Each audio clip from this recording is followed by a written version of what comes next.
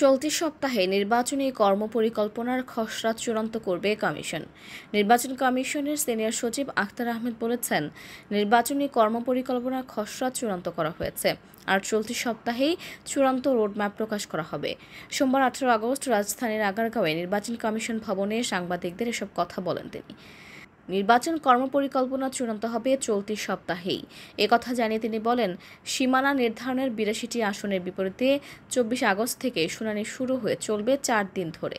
তিনি আরও বলেন, ভোট কেন্দ্র বাড়ছে না, তবে ৩,০০০ ভোটারের জন্য একটি ভোট কেন্দ্র থাকবে। একটি বুথে ৫০০-এর জায়গায় ৬০০ করে ভোটার থাকবে। ২২টি রাজনৈতিক দলের তদন্তের জন্য মাঠ পর্যায়ে চিঠি পাঠানো হয়েছে। একথা জানিয়ে তিনি আরও বলেন, আইনশৃঙ্খলা পরিস্থিতি নিয়ে এই মুহূর্তে উদ্বেগের কোনো কারণ নেই।